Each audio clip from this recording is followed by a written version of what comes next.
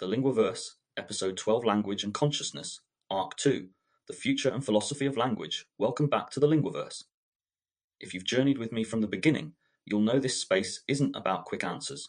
It's about patience, depth, and following language where it leads us into history, into the body, into culture, into silence. In Arc 1, The Roots of Language and the Birth of the Spell, we explored the biological and spiritual foundations of speech, mirror neurons, taboo, mimicry, pragmatics, the way words can both wound and heal, and how reclaiming the tongue is a form of liberation.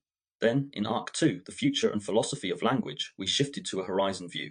In Episode 9, AI and Synthetic Speech, we asked what happens when words no longer require breath, when language is generated without the human body at all. In Episode 10, The Evolution of English, we traced how English became the most global, hybrid, and adaptable language on Earth, from Beowulf to broadband, Shakespeare to TikTok, and Norse pronouns to memes. In Episode 11, The Ineffable, we faced the limits of speech, the mystical, the traumatic, the artistic, the technological edges where words fall silent, and yet meaning still lives. And now, in Episode 12, Language and Consciousness, we step into one of the most profound and dangerous terrains of all. Because if the ineffable showed us where words fail, then consciousness is where words begin. And the question is this: do we think because we have language, or do we speak because we have thought? It's the old riddle of philosophy, but it's not just academic, it's lived. Every time I pause mid-sentence searching for a word, I feel the edges of thought before speech. Every time I dream in images, in sensations without words, I feel consciousness unbound from language. And every time I wake, narrate, write, or record, I feel language shaping consciousness, giving it structure. This tension between thought before language and language before thought has haunted philosophers for centuries. Wittgenstein famously wrote, "The limits of my language mean the limits of my world." Sapir and Whorf argued that the language we speak shapes the categories of our perception. Vygotsky insisted that inner speech, the silent dialogue in our heads, is what builds thought itself. Yet others, like William James, described consciousness as a stream, larger than any vocabulary, flowing beneath the surface of words. And so in this episode we ask, what role does language actually play in shaping consciousness? Do words build awareness, or only frame it after the fact? How do different cultures, with different words, experience different states of being? What happens when words are absent, in silence, in trauma, in mystical states? And what might technology, neuroscience, and future languages reveal about the mind itself? I don't come with simple answers. Instead, I bring you along into my own reflections, my reading, my lived experiences, into languages I've struggled to learn, into the silence I've sat with, into the words I've seen mutate before my eyes in digital space. Because consciousness is not abstract. It is embodied. It is the nervous system, memory, imagination, and sensation. And language both captures it and escapes it. So let's begin. Let's walk to the very edge of words and ask what lives in the space we call mind. The edges of awareness consciousness is slippery. Everyone feels it, but no one defines it with ease. Philosophers, neuroscientists, and linguists circle it like blindfolded figures around an elephant, each touching a different part, each insisting they've grasped the whole. But one thing is certain. Whenever we try to talk about consciousness, we reach for language. And instantly, we collide with the paradox. We're using language to describe the very thing that makes language possible. Thought before language? I often sit with this question. Before a child learns words, do they have consciousness?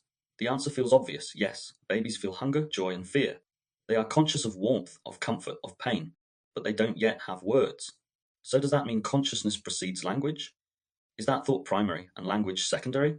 Many developmental psychologists would agree. They describe pre-linguistic consciousness as a realm of sensation, effect, and rhythm. The baby cries, not because they know the word hunger, but because their body surges with discomfort.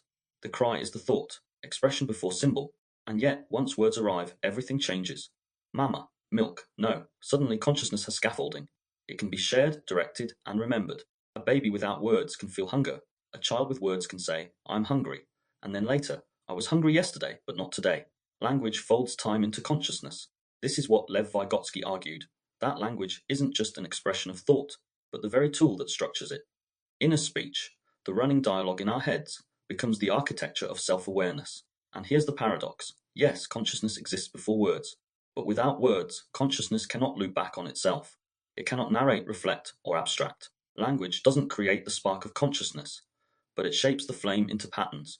The many words for being English is clumsy here. We say love and mean a dozen different things. Romantic love, familial love, friendship, divine love, lost comfort, devotion, all collapsed into one word. Other languages fracture it. Ancient Greeks had eros, passion, philia, friendship, storge, familial affection, and agape, divine love. Portuguese carries saudade, a word for the bittersweet longing for something absent yet cherished. Japanese gives us yugen, the subtle, profound grace of beauty that can't be fully named. Zulu and Xhosa give us ubuntu, often glossed as I am because we are, a consciousness of self only in relation to others. Each of these words shapes consciousness differently. If I grew up in English, love is one fuzzy, overloaded word. If I grew up in Greece, I would have learned to distinguish 4 different states of being. My consciousness is carved into finer distinctions. This is where the Sapir-Whorf hypothesis still holds power, despite criticisms. Language doesn't determine thought, but it guides it, highlights some distinctions while erasing others. Personal pauses, the unsayable within. There are moments in my life where language collapses, not because I have no words in general, but because the words I know feel inadequate. Trying to explain a dream, for instance. I reach for sentences, but they crumble. The colors, the shifts, the feelings, and the language lag. The consciousness of the dream is richer than my vocabulary, or standing in awe at a mountain view. My mouth fills with cliches, beautiful, majestic, stunning. But none touch the actual consciousness of the experience. They're placeholders. The real awareness is silent, embodied. These moments remind me, consciousness is larger than language. Words skim the surface, like nets thrown across an ocean. They catch some fish, but the depths remain. But there are darker edges too. Trauma often silences language. Survivors say, I don't have the words. That's not a cliche. Neuroscientific research shows how, under overwhelming stress, Broca's area, the brain's speech center, goes offline. The body floods with sensation, but words vanish. Consciousness continues, but it is wordless, unspeakable. This is why trauma therapy often begins not with talking, but with body awareness, grounding, and breath. Because language returns slowly once the nervous system feels safe again. Consciousness is always there, but sometimes it cannot be spoken. Bridging with linguistics linguists remind us that language and consciousness are coiled together, but not identical. Roman Jacobson once said that language is the interpretation of experience through the categorization of linguistic signs, which is to say, experience is raw, language filters it. And yet, without the filter, experience slips away. William James called consciousness a stream. Words are the stones we place in it, shaping its flow, giving it form, slowing its rush. This doesn't mean the stream is reducible to the stones. It means the two are interdependent. Remove the words, and consciousness floods shapelessly. Remove the consciousness, and words are empty shells. Reflection prompt. Think of one experience you've had that was difficult to put into words. Perhaps a dream, a moment of awe, or even a flash of fear. Remember how your body felt in that moment. Notice the sensations, warmth, tension, breath, and heartbeat. Then notice what happened when you tried to speak it. Did words help, or did they flatten? This pause is the tension of consciousness itself, always richer than language, but always reaching for it. Activity. Here's something to try. Recall an ineffable experience, a moment you've never fully described. 2. Write a short description of it in words. Don't overthink. 3. Then step back. Try to express the same moment without words. Hum a melody, draw a quick sketch, or move your body. 4. Finally, compare. How does the word version feel compared to the non-verbal version? What did each capture? What did each miss? Notice how consciousness lives in both, in words and in silence, in symbol and in gesture. In the edges of awareness, we explored how language gives edges to awareness. In language as a boundary, we ask a sharper question. Does language expand consciousness, or does it quietly confine it? Are we freer because we have words, or trapped inside them? Language as boundary. I often think of this as the paradox of the boundary. A boundary can be protective, giving us structure, shape, coherence. But a boundary can also be restrictive, shutting things out, fencing us in. Language works in exactly this way. It creates the very categories by which we navigate the world. And yet those categories can become cages. Words as tools, words as traps. When I first started learning Italian seriously, something strange happened. On the one hand, my awareness expanded. Suddenly, I had new categories, new distinctions. Italian didn't just give me words, it gave me ways of noticing. Magari for wishful hope. Abiocco for the drowsiness after a big meal. English had no single words for these feelings. My consciousness stretched, adapted, absorbed. And yet, at the same time, I felt confined. In English, I could express myself freely. In Italian, I was trapped in simple sentences, like a child. My awareness was alive, but the words at my disposal reduced me. This is the paradox. Language opens and closes at once. It expands my consciousness by giving me new maps, and it constrains my consciousness by forcing me to fit experience into those maps. The relief of a new word. There's a peculiar joy in discovering a word for something you've always felt, but never named.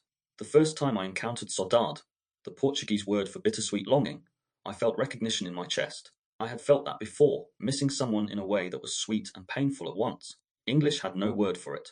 But once I learned saudade, my consciousness shifted. I could hold that feeling more clearly, name it, share it. Or sonder, a modern coinage. The sudden awareness that every stranger you pass has a life as rich and complex as your own. I had always felt that flood of awareness in crowded streets, but without a word, it slipped away as quickly as it arrived. With sonder, the experience gained edges, definition, and memorability. This is the expansive side of language. Words don't just label, they crystallize. They take what was vague and give it form. They make consciousness communicable, the prison of a single word, but the reverse is also true. Take the English word love again. In English, I'm forced to use the same word whether I'm talking about pizza, my mother, a friend, or a romantic partner. The context does some work, but the boundaries are fuzzy. The word collapses distinctions. Or consider depression. In clinical English, it means a specific set of symptoms, but in everyday English, it can mean anything from sadness to exhaustion to despair. People who use the word often mean different things, but the single term flattens the complexity of lived experience. In this way, language can trap consciousness. Instead of noticing nuance, we inherit pre-packaged categories and force our experience into them. We stop seeing what doesn't fit the world. Whorf's dilemma. This tension lies at the heart of the Sapir-Whorf hypothesis. Benjamin Lee Whorf suggested that language shapes perception, that speakers of different languages inhabit different mental worlds because of the categories their words enforce. Critics have pointed out that Whorf overstated the case. Language doesn't fully determine thought, but it does bias it. It highlights some distinctions and hides others. If my language has one word for snow, I may still notice different kinds of snow, but I may not pay as much attention as someone whose language distinguishes 6 types. If my language collapses all feelings of affection into love, I may miss subtler shades of connection. Language here acts as both a lens and a limit. It expands awareness in some directions and blocks it in others. Silence as expansion. Sometimes the most expansive consciousness comes not from more words but from fewer. Think of meditation. Silence doesn't shrink awareness, it opens it. By refusing to box every sensation into language, silence allows experience to spread, to breathe. In fact, many spiritual traditions insist that true consciousness begins where words stop. The apophatic tradition of theology, by negativa, approaches the divine not by naming what God is, but by naming what God is not. Silence becomes a form of truth. Here, language's boundary is revealed not as final, but as porous. Consciousness leaks beyond it, if we are willing to follow. Language as negotiated boundary. One of the things I've noticed in my own experience is how group language shapes not just communication, but consciousness itself. In family conversations, certain words and phrases recur. They carry meanings only we understand. In workplaces, jargon creates boundaries. Insiders share a consciousness that outsiders cannot access. Online, memes become linguistic passwords into collective states of mind. Each of these creates a boundary, a linguistic fence that keeps some in and others out. But at the same time, being inside the fence expands awareness in ways outsiders cannot share. Consciousness here is not just personal, it is collective, shaped by the language games we play together. The shape of emotion psychologists have shown that language literally changes how we experience emotions. When people are asked to put feelings into words, I feel anxious, I feel calm, I feel angry, the act of labeling reduces the intensity of those feelings. It is called affect labeling. Language doesn't just describe consciousness, it regulates it. But this too has limits. If I only have the word angry, I may miss whether I feel frustrated, irritated, resentful, or outraged.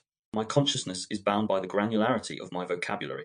This is why some therapeutic approaches focus on expanding emotional vocabulary, because more words give more freedom to notice, differentiate, and regulate. Consciousness grows as language grows. Boundaries and identity language also draws boundaries around identity. Think of pronouns. For many, they are just grammar. For others, they are lifelines of recognition. The choice between he, she, and they is not neutral. It shapes consciousness of self and how that self is perceived. This is where language reveals its double edge. Pronouns can affirm identity, expanding consciousness into coherence, but they can also confine, forcing people into categories that do not fit. The same is true for labels like introvert, extrovert, disabled, gifted, and immigrant. These words provide boundaries that can empower or constrain, depending on how they are lived. Bridging theory and lived experience Michel Foucault argued that discourse, the language available in a given time and culture, shapes what can be thought at all. Consciousness is not just individual, but structured by the linguistic systems of power we inherit. George Lakoff and Mark Johnson showed how metaphors structure thought. When we say time is money, we don't just describe, we adopt a whole mode of consciousness where minutes are spent, saved, wasted.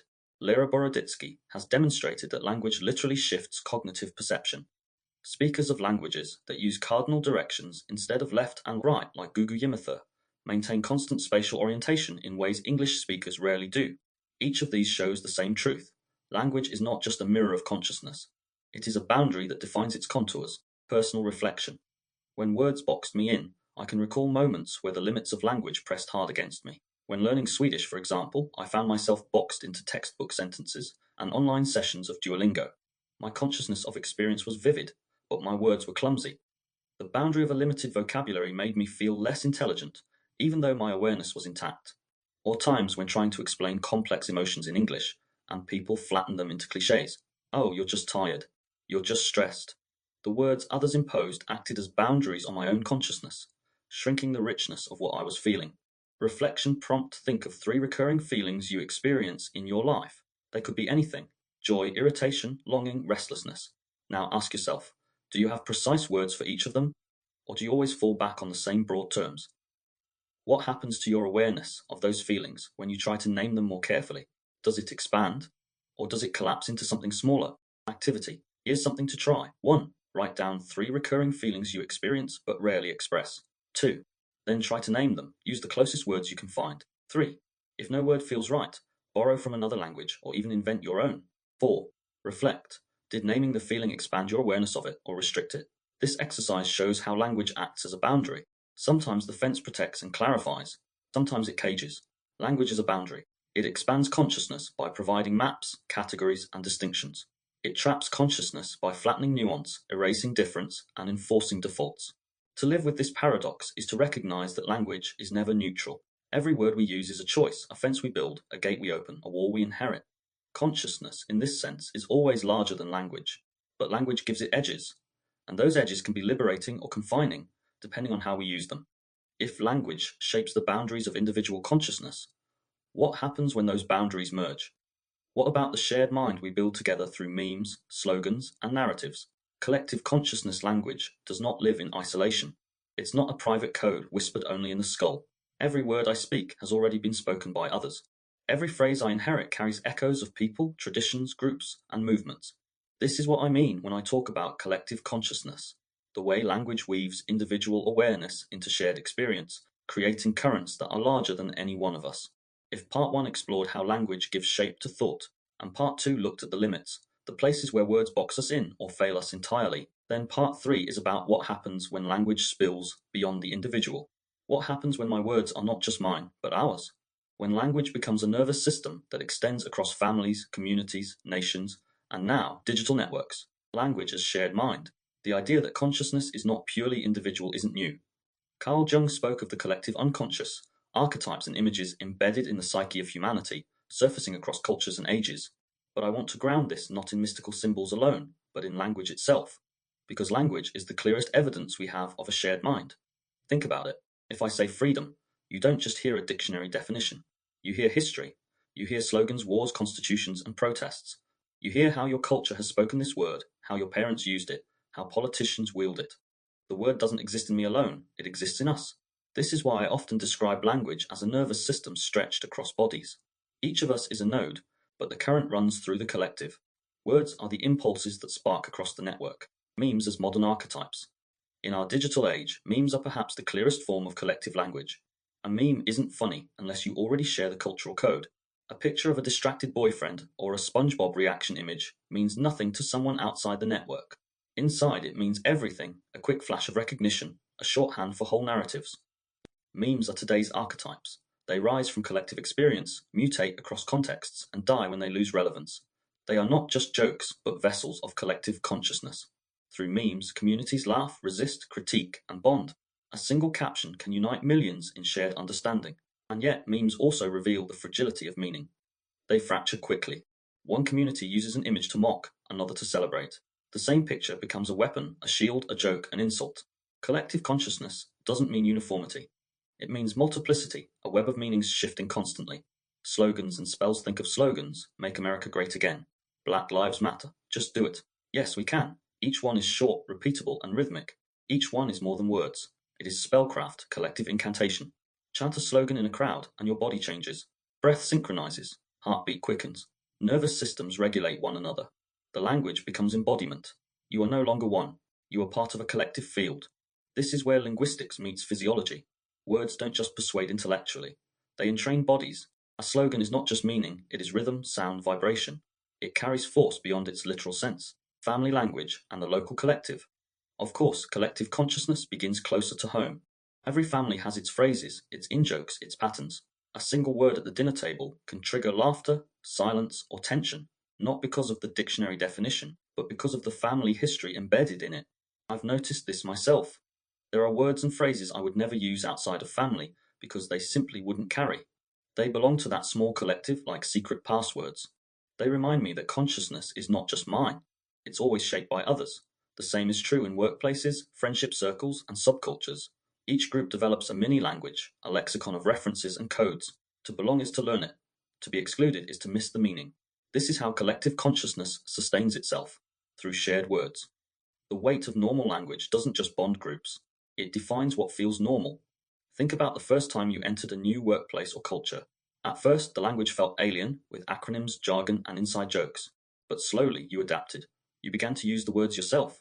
And as you did, your sense of what was normal shifted. This is collective consciousness at work. Through shared language, we align our perceptions. We don't just learn to talk like others, we learn to think like them, to feel with them.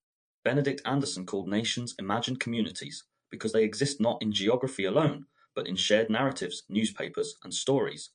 The same applies to every group we join. Language sustains the imagination of belonging. Political language.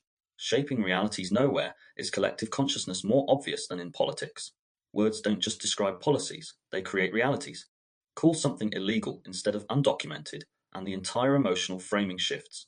Label a war peacekeeping, and you reshape its moral perception. Political rhetoric is the linguistic engineering of collective consciousness. George Lakoff's work on framing shows how metaphors guide thought. Talk about tax relief, and you imply that taxes are an affliction. Talk about investment in society, and you frame them as an opportunity. Same numbers, different consciousness because of language. This is why Orwell wrote that political language is designed to make lies sound truthful and murder respectable. Collective consciousness is vulnerable to manipulation through words, and we as participants must stay awake to it. Religious chants and sacred speech long before advertising slogans or political spin. Human beings used language collectively in ritual. Chants, hymns, and prayers are all designed to bind individuals into one. When a congregation repeats the same phrase, consciousness synchronizes. Breath, tone, rhythm align. This isn't just religion, it's nervous system resonance. Sacred language often carries ineffability, words that point beyond themselves. But what matters most is the collective utterance. The ineffable becomes bearable because it is spoken together. Silence becomes shared silence. Awe becomes collective awe. Consciousness expands not by isolation but by unison. Advertising and corporate mantras. We shouldn't underestimate the power of corporate language in shaping modern collective consciousness. I'm loving it. Open happiness. Because you're worth it. These aren't neutral phrases. They are attempts to colonize everyday speech with brand identity. Advertising functions like a modern ritual, the repetition, the rhythm, the imagery, all designed to lodge in the collective mind, and often it works. How many times have you found yourself humming a jingle you didn't choose? That's collective consciousness being shaped by capital, online groups, and microlanguages. One of the most fascinating features of digital life is how quickly microlanguages form. Enter a gaming forum, a fandom, a niche subreddit, and you'll see words, acronyms, and references outsiders could never understand. It's linguistic territory marking. To know the language is to belong. These microlanguages are fluid. They mutate rapidly. They exclude as much as they include. But they reveal the truth. Language is always collective, always situated. There is no neutral English, no universal tongue.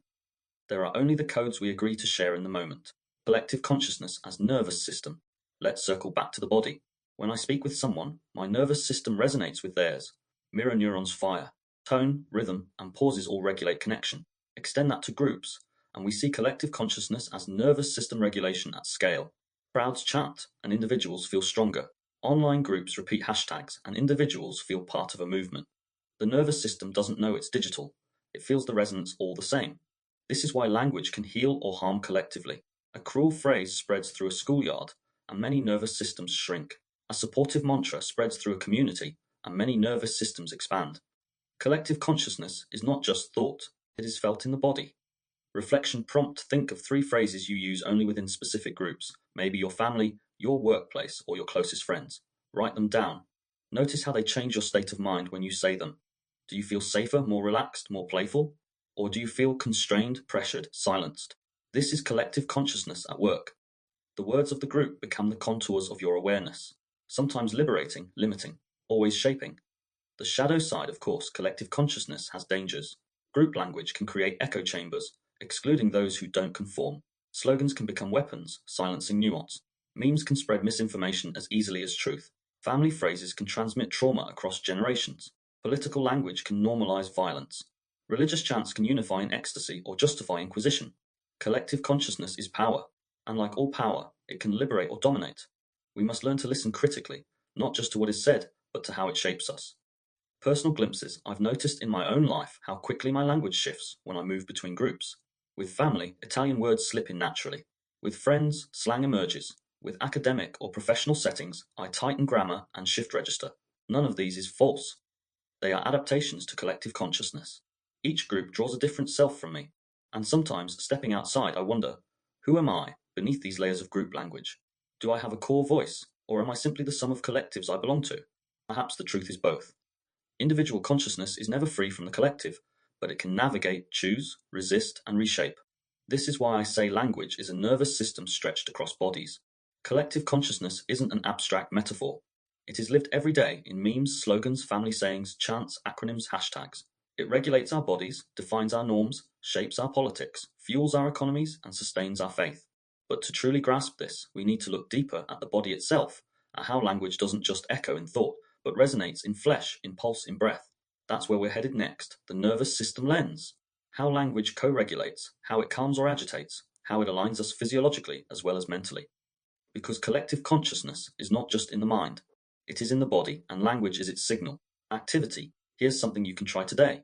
1. Make a list of 3 words or phrases you only use in a specific group, family, friends, colleagues, online. 2. Next to each, write how it makes you feel when you say it. Relaxed, anxious, connected, defensive. 3. Then imagine using the same phrase in a completely different group. How would it land? How would you feel? This exercise shows you how collective consciousness lives in language. Words don't just mean they belong, and belonging shapes consciousness itself. The nervous system lens. When I first began writing my larger body of work, the Linguaverse, unfiltered human on the fringe, the body knows, my inner child was broken. I wasn't simply exploring ideas in the abstract. Each word I put down was a form of regulation. I see that now. At the time, I thought I was writing to explain, to investigate, to weave threads of psychology, philosophy, and language into something coherent. But the truth is, I was also writing to soothe my own nervous system. The act of shaping experience into words slowed me down, gave me rhythm, and allowed me to carry emotions that felt overwhelming. Language was not just representation, it was co-regulation with myself. That's why this part of the journey into language and consciousness feels so important. Because when we talk about consciousness, we cannot separate it from the body. And when we talk about language, we cannot separate it from the nervous system. The word I want to anchor here is resonance. Not just in the abstract sense of ideas resonating with us, but in the literal sense, vibrations in the body, rhythms of the nervous system, alignment of voice and breath. Language is not neutral. The words we choose, the tone we use, the rhythm we fall into, all of it travels into the nervous system of another person. And before it even reaches meaning, it reaches the body. A sharp tone tightens muscles. A soothing cadence releases them. A certain rhythm of speech can make a child feel safe or unsafe before they even register what was said. I've experienced this in countless ways. In heated arguments, words hit like blows. In calm, caring conversations, words feel like a warm hand placed gently on the shoulder. Even in silence, the body listens. That's the nervous system lens. Language is not just a symbol, but a stimulus. It resonates.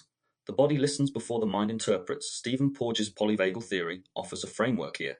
He suggests that our nervous systems are constantly scanning for cues of safety or danger, a process he calls neuroception.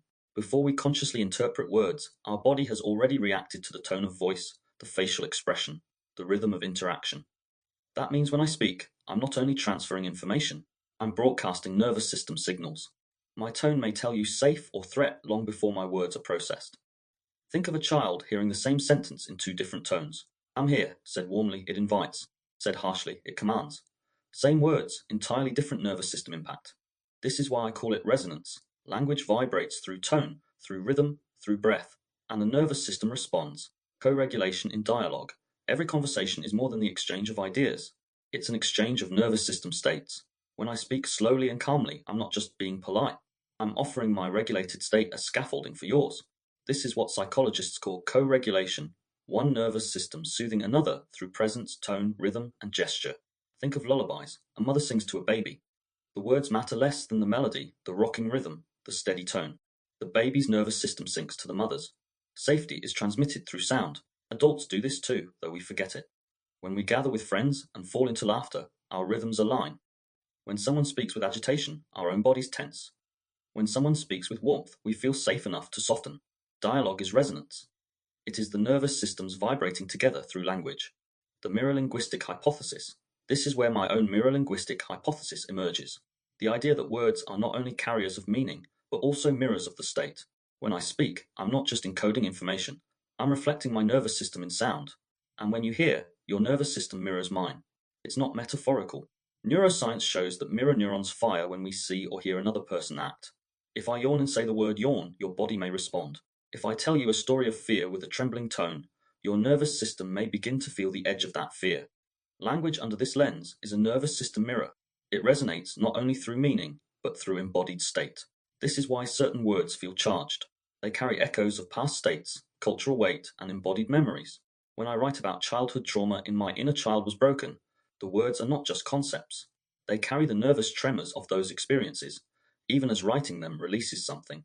When I recorded Unfiltered Human, I noticed how my tone mattered as much as my script. If I spoke the same sentence with tension, it transmitted tension. If I relaxed, the same sentence felt safe. Words mirror bodies, and bodies mirror words, silence, rupture, and trauma. But what about when words vanish? In trauma, language often collapses. Survivors say, I don't have the words. That isn't just a metaphor. Brain imaging shows that Broca's area, responsible for speech production, often shuts down during traumatic recall. The body floods with sensation, but words go offline. This reveals something profound. Language depends on nervous system state. In safety, words flow. In overwhelm, they freeze. Consciousness doesn't vanish, but its verbal channel does. I've written about this in different ways across my works. In The Body Knows, I argued that the body speaks truth even when words cannot. In the Inversiverse, I explored how systems exploit language to silence. In My Inner Child Was Broken, I returned to those moments where silence wasn't absence but protection. All of it comes back to the same point. Language is fragile, dependent on the body's state. Repair through words. The hopeful side is that words can also repair. When trauma silences language, carefully chosen words spoken in safety can reopen it. In therapy, a simple reflection, it sounds like that was overwhelming for you, can bring someone back into speech. The nervous system hears safety in tone, resonance in empathy, and slowly words return. This is why I think of nervous system language as a form of healing. It's not just what we say, but how we say it. Words can wound, but they can also regulate. They can be nervous system handholds, ways back into safety. Writing as regulation. For me, writing has been a nervous system practice all along. When I wrote My Inner Child Was Broken, I was not just telling stories. I was pacing myself. I was breathing through memories that could have overwhelmed me. Each chapter became a container, a way to face what was ineffable. When I built the Inversiverse, I wasn't just mapping ideas of control and perception. I was building rhythm, grounding myself in language that could hold complexity without collapse. When I recorded Unfiltered Human, I noticed how tone mattered. A phrase about envy or shame spoken with compassion transmitted safety. The same phrase with tension transmitted judgment. My nervous system was part of the script. This is why I believe language is regulation. The act of shaping words, whether in writing or speech, slows the stream of consciousness into manageable patterns. It gives form to what feels chaotic. It resonates back into the body. Resonance across cultures. Resonance isn't limited to my voice or your nervous system. It's cultural too. Chants, mantras, poetry, and song have always regulated collective nervous systems. From Gregorian chant in cathedrals to call and response in African traditions, from poetic recitation in Persian gatherings to communal singing at protests, language, rhythm, and resonance have always co-regulated groups. Even slogans and memes carry this. A protest chant isn't just words. It's nervous system entrainment. Rhythm, repetition, volume, they align bodies, synchronize breath, amplify states. This is why resonance is dangerous as well as healing. Authoritarian leaders know it. Advertising industries know it. They use rhythm, repetition, and tone to bypass conscious thought and resonate directly with the nervous system. The nervous system lens forces me to ask, am I being regulated or manipulated? Is this resonance healing me or entraining me for someone else's ends? Philosophical resonance philosophers touch this too. Maurice Merleau-Ponty insisted that consciousness is embodied, that speech is not just thought externalized, but thought itself in motion, carried by the body. Mikhail Bakhtin argued that all language is dialogic, always responding to and shaping another. That's nervous system co-regulation in philosophical dress. Eugene Gendlin spoke of the felt sense, the pre-verbal bodily knowing that language can unlock when words resonate correctly. Stephen Porges, though not a philosopher, adds the polyvagal layer. The nervous system is the ground on which language and consciousness dance. Each of these thinkers points to resonance, language as embodied, relational, more than symbolic. Reflection prompt think of a recent conversation that left you feeling calm. Was it the words themselves, or the way they were spoken? Think of another that left you anxious. Again, was it content or tone? Notice your body as you recall these. Shoulders, breath, heart. That is the nervous system lens in action. Language as resonance, shaping awareness before meaning even settles. Activity. Here's something to try. 1. Choose someone you trust, a friend, partner, or colleague. 2. Pick a simple phrase like I'm here with you or you're safe. 3. Speak it aloud 3 times, once quickly, once harshly, once slowly and warmly. 4. Ask them how each version felt in their body. 5. Switch roles, let them speak to you. Notice your own bodily reactions. This is nervous system language in action. Same words, different resonance. Meaning shifts not through dictionary definitions, but through embodied vibration. As I look back across all my projects, I realize they've always been nervous system work. The theories, the stories, the hypotheses, they were scaffolding. The deeper layer was regulation. Writing calmed me, recording grounded me. Sharing resonance with others created safety in spaces where silence had once reigned. The nervous system lens shows me that language is not only a mirror of consciousness, it is also a regulator of it. Every word carries vibration, every tone carries resonance, every silence carries meaning. Language is not just thought externalized, it is the nervous system embodied. And resonance, that subtle hum between us, may be the closest thing we have to proof that language and consciousness are never separate, but always vibrating together. Philosophical consciousness. When I sit with the question of consciousness, there's always a temptation to drift into abstraction, to treat it like a puzzle for philosophers to wrestle with in ivory towers. But the more I've worked through my own writing, the inversiverse, the body knows, my inner child was broken, unfiltered human on the fringe, the more I've realized consciousness isn't just a concept. It's lived, it's messy, it's embodied, it's linguistic. Yet philosophy gives us tools, and language itself gives us a doorway into philosophy. This part of the journey is about that, about how language and philosophy have long tried to explain, reflect, and sometimes distort consciousness. In Greek, logos meant word, but also reason, principle, order. For philosophers like Heraclitus, logos was the deep structure of reality, the rational pattern behind the chaos. Later, in Christian theology, logos became the word made flesh. Across traditions, logos has always linked language with consciousness, not as separate entities, but as reflections of the same order. So I ask myself, if consciousness is the raw stream of experience, is language the logos that shapes it? Or is language merely a tool, one of many, that consciousness happens to wield? Consciousness as word. When I read Husserl and Merleau-Ponty, what stands out is their insistence on phenomenology, describing experience as it is lived, not as it is theorized. Husserl said we must go back to the things themselves. For him, language was the attempt to capture the structures of consciousness as directly as possible, not through metaphysics, but through description. Merleau-Ponty went further. He argued that consciousness is always embodied, always already tied to gesture, perception, and the body's interaction with the world. For him, language wasn't just a tool, it was consciousness becoming visible, tangible.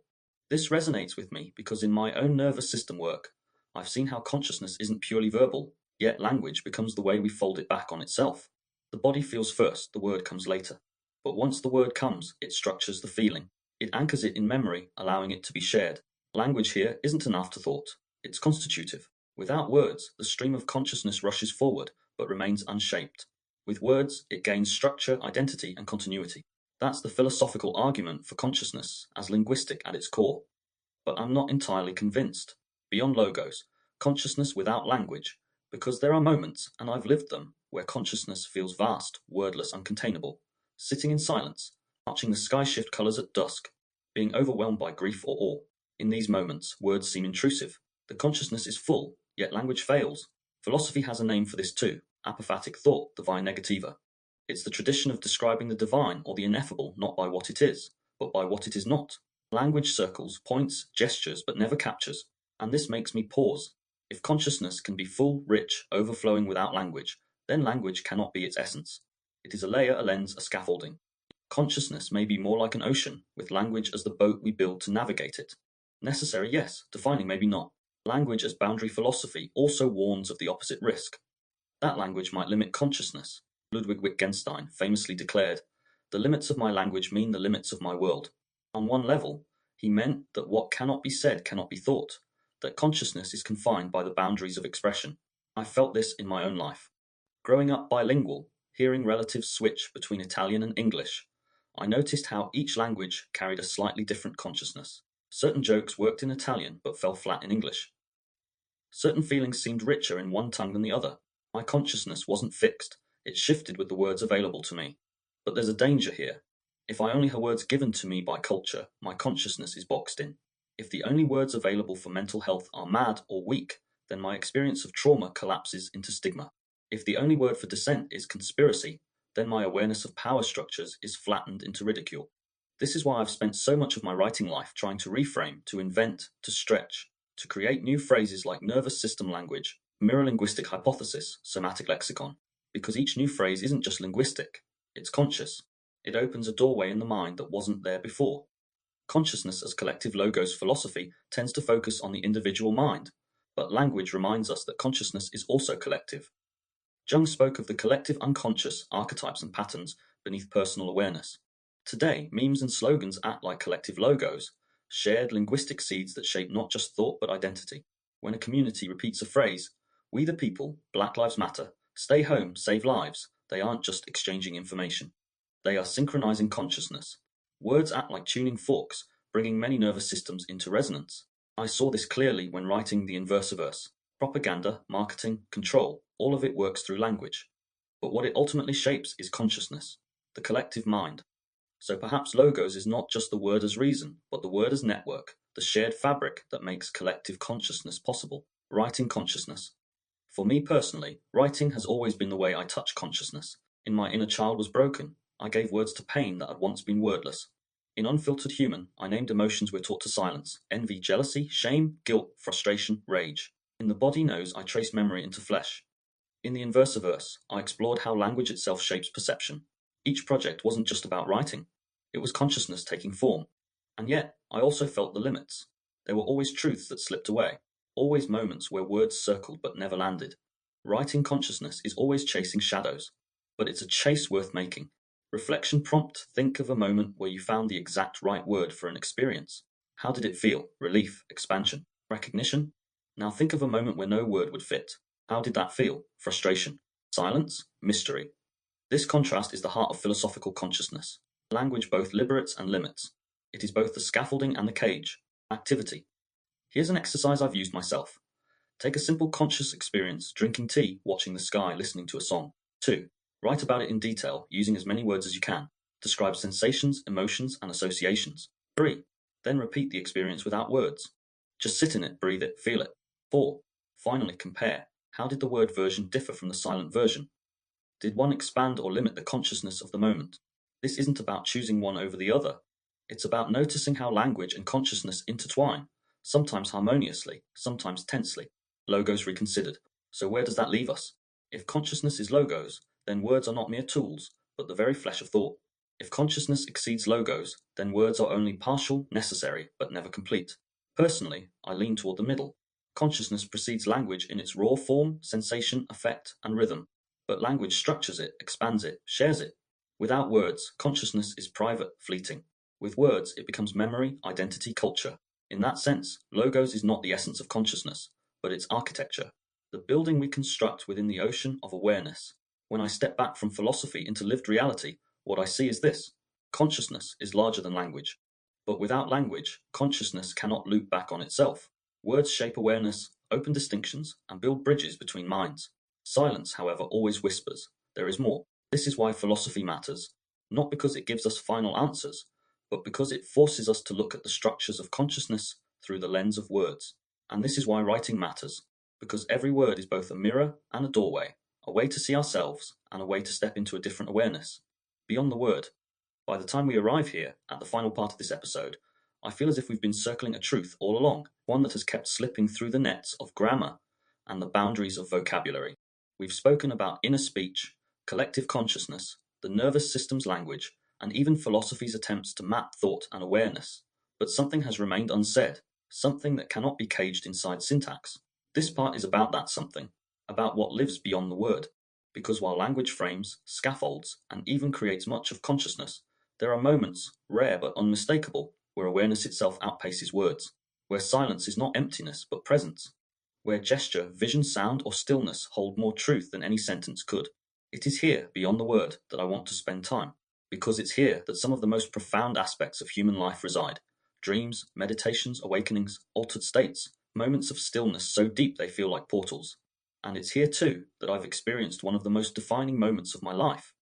But before I get there, let's walk through the terrain together. The dreaming mind dreams are the nightly reminder that consciousness doesn't require words. Every one of us has woken with a vivid sense of something immense, complex, or deeply emotional, and then found ourselves unable to articulate it. I remember waking from dreams where colors glowed with impossible intensity, where spaces shifted like labyrinths, where encounters carried weight I could not explain. And then when I tried to tell someone, all I could muster were flat phrases. It was strange. It was beautiful. It was terrifying. Words crumbled under the richness of the experience. Neuroscience tells us that dreams arise from the brain's networks firing without the prefrontal editor active. They are raw consciousness, images, sensations, feelings, without the tidy scaffolding of syntax. Linguists sometimes argue that thought equals language, but dreams are the counterexample. They are thought without words, awareness without narration. And yet, as soon as we wake, language rushes in to translate, often failing. Freud saw dreams as coded messages of the unconscious, a kind of symbolic language. Jung thought of them as expressions of archetypes, images from a collective well deeper than speech. For me, the lesson is simple. Consciousness extends far beyond the word. Dreams are the nightly rehearsal of ineffability.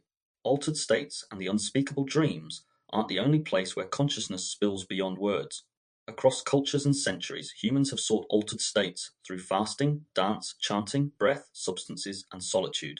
Mystics in every tradition report experiences they call ineffable. Teresa of Avila spoke of union with God that cannot be described. Sufi poets like Rumi wrote verses that circle around the unsayable, always aware that the essence escaped the poem. Psychedelic explorers speak of geometric visions, timelessness, and overwhelming love that words cannot contain. Language falters here not because the experiences aren't real, but because our symbolic systems weren't built for them. English can describe chairs, laws, and contracts with precision. But when it comes to ecstasy, transcendence, timelessness, the words we have are metaphors, gestures, shadows. Philosophers of language sometimes call this the ineffability gap. Consciousness, at its farthest reaches, cannot be compressed into phonemes without loss. The experience is larger than the lexicon. And yet, paradoxically, this doesn't make language useless. We still reach for poetry, metaphor, and story. The very failure of words generates art. Music often takes over where speech cannot. But before art, there is silence. And silence has its own grammar. Stillness, silence, and my awakening. I have to be honest here. One of the most profound moments of my life didn't come through language at all. It happened in stillness. During a meditation, nothing elaborate, nothing choreographed, I slipped into a depth of silence I hadn't known before. At first, it was simply quiet. No chatter of inner speech, no restless planning, no self-commentary. Just breath, presence, and space. But then something shifted. It felt as if a portal opened in my mind. I was immersed in a light that was my vision, not a literal door, of course, but an opening, a widening of perception, a sudden vastness. It was as if consciousness, usually tethered to words, untied itself and expanded outward. I can't fully describe what came next. That's the point. It was vision without image, truth without sentences, and knowing that bypassed thought. And yet, afterwards, the effect was undeniable. My perspective shifted. New insights began to rise in me, not during the silence itself, but afterwards when language slowly returned. Words came, but they were carried on the back of something deeper. They weren't inventions, they were translations. This is the soil out of which much of my later work has grown. The inversiverse, the unfiltered human, the body knows, my inner child was broken. All of these are attempts to articulate, to give shape to, what I touched in that silence. They are the words chasing after the portal. That awakening didn't arrive with a sentence. It arrived with presence, and it taught me more than any book or theory ever has. That consciousness precedes speech, and sometimes the greatest truths live beyond words. The role of art and gesture. If silence reveals what words cannot, then art is how we try to bring it back. Think of instrumental music, a piano sonata, a drum rhythm, a symphony. No lyrics, yet entire landscapes of emotion move through us. Or abstract art, brushstrokes, colors, textures that evoke without naming. Or dance, bodies moving in arcs that speak directly to our nervous systems. These are languages of the ineffable. They work not through dictionary meanings, but through resonance. They bypass syntax and touch sensation. Gesture, too, is part of this. A hug, a glance, a posture can speak what words cannot. In fact, much of daily human communication is paralinguistic: tone, pace, expression, and silence between words. These are not extras, they are the core. The mirror linguistic hypothesis I've been building suggests exactly this: that language is not only cognitive, but embodied, nervous system to nervous system. Art and gesture prove the point.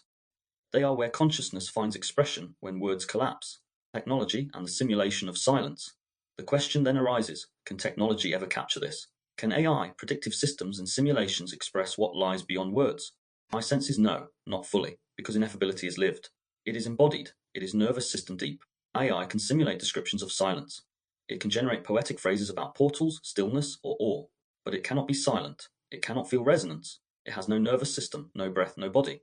This doesn't make AI useless. It can amplify, organize, and scaffold our words. I use it here in this very work. But the ineffable moments, the portals, the awakenings, the realizations of neurons firing, the dreams, those remain irreducibly human. And perhaps that is a good boundary to keep, living with the ineffable. So how do we live with the fact that some of our deepest experiences resist words? We live with humility. We learn to accept that not everything can be said. We honor silence as much as speech. We turn to art, music, gesture, and presence when words fall short. And we keep writing anyway, because language, even when it fails, still points. It gestures toward the ineffable, even if it never encloses it. My awakening in meditation didn't come with words, but words are how I share it now. Imperfectionally, but authentically. That is the paradox of language and consciousness. We are always chasing what exceeds us. But the chase itself gives life meaning. Reflection prompted: think of one moment in your life that felt larger than words. Maybe awe, grief, joy, stillness, or awakening. What happens in your body when you try to describe it? Where do words fail? Where do they succeed? Activity: choose one ineffable moment from your life. 1. Write a brief description of it in words. 2. Then express it without words. Draw, hum, gesture, move, breathe. 3. Compare. What does each method reveal? What remains unsaid in both? Notice how consciousness spills beyond every container. Language is powerful. It shapes thought, builds culture, and carries history. But consciousness is larger. It dreams, it awakens, it feels awe, it trembles in silence. Words will always follow, as translation, as art, as story. But the ineffable remains, and maybe that is not a failure but a gift. Because in those moments beyond the word, we touch the rawness of being itself, drawing the threads together: language and consciousness. We've circled them like twin stars throughout this episode. I began by asking the ancient question: do we think because we have language, or do we speak because we have thought? And over these many parts, I've lived inside that tension with you. We looked at the edges of awareness, the pre-linguistic baby crying hunger, the pre-verbal awe of dreams, the overloaded words like love that try to hold universes. We saw how language doesn't invent consciousness, but it gives it shape, scaffolds it, loops it back on itself, and makes memory and reflection possible. We explored language as a boundary, the relief of finding a word for something you've always felt, the prison when words refuse to arrive. How language boxes consciousness into categories, but also expands it by naming distinctions. We moved into collective consciousness, how memes, slogans, scripts, and shared vocabularies create group minds. How one phrase repeated becomes a spell that alters not only thought but body. And how noticing the language of our groups can make us aware of the waters we swim in. Then came the nervous system lens, where words regulate breath, tone calms or inflames, and phrases act like co-regulating signals between bodies. Here, my mirror linguistic hypothesis took on life. Language not only reflecting consciousness, but actively shaping its states. We ventured into philosophical consciousness, Husserl, Merleau-Ponty, phenomenology, the logos as word and order, where philosophers try to describe experience without collapsing it into theory, where the word becomes not just a tool but a principle. Finally, we went beyond the word, into silence, dreams, meditation, awakening. I shared one of the most profound experiences of my life, my awakening in stillness, a moment where consciousness opened like a portal. That moment arrived without words, but it seeded all the words that followed in my later works. What does all this add up to? It adds up to a recognition. Consciousness and language are entwined, but not identical. Consciousness precedes language. It pulses in sensation, in dream, in silence. But once language arrives, it transforms consciousness into something new, a self-aware stream, a collective weaving, a structure that can build worlds or destroy them. And it reminds me, and I hope it reminds you, that silence is not absence. It is part of the grammar of consciousness. Just as a pause makes music, just as breath makes speech, so too does silence make awareness whole. The paradox we must hold. There's a paradox at the heart of this episode. On one hand, Wittgenstein was right. The limits of my language mean the limits of my world. If I don't have a word for something, I struggle to notice it, to share it, to remember it. A baby without words is flooded with experience, but cannot yet weave a story. A trauma survivor without language carries pain, but cannot narrate it into healing. On the other hand, consciousness is larger than words. Dreams, meditations, awakenings, or music, they prove that the world is never confined to language. Words are nets, consciousness is the ocean. So the paradox is this: language both limits and liberates consciousness. It boxes us in and opens us up, it restricts and it creates. To live with this paradox is to live wisely, to know when words help and when silence is better, to know when to speak and when to gesture, to know that words are powerful but never final. It's here that I feel the deepest humility, because every word I've spoken in this series is itself a gesture towards something larger. The true work of consciousness can never be fully enclosed in podcasts, books, or scripts, but still we try, because words, though imperfect, are the best tools we have. My awakening revisited, I want to linger once more on that awakening I shared earlier. In stillness, a portal opened, consciousness expanded. No words came in the moment, but afterwards words grew like shoots from the soil of silence, and those words became works. The inversiverse, the body knows, the unfiltered human on the fringe, my inner child was broken. Each is a translation of something ineffable into something speakable. This is the deeper rhythm of my creative life: silence, then words; ineffable experience, then translation; consciousness beyond language, then language as a vessel. And perhaps that is the rhythm of all human life. We live experiences larger than words, then we find words to carry them, and then we pass them on, imperfect but alive. It makes me realize the ineffable is not an enemy of language, it is its source. Without silence, without mystery, without awe, words would wither. It's because there are always things unsayable that language keeps evolving. Reflection prompt. So here is the question I leave you with. Recall one moment in your life where words failed. Maybe it was awe before a mountain, grief at a loss, love that overflowed, or a silence so deep it felt like home. Sit with that moment. Notice how your body felt: breath, chest, skin, and heartbeat. Now try to describe it in words. See where the words succeed and where they flatten. Ask yourself, what does this reveal about the relationship between my language and my consciousness? Activity. Here's an activity to embody this reflection. 1. Choose an ineffable moment from your own life. 2. Write a short account of it in words. 3. Then try to express it non-verbally. Draw it, hum it, move your body, or simply sit in silence with it. 4. Compare the two expressions. Notice what each captured and what each missed. 5. Journal about how the two together gave you a fuller sense of the moment.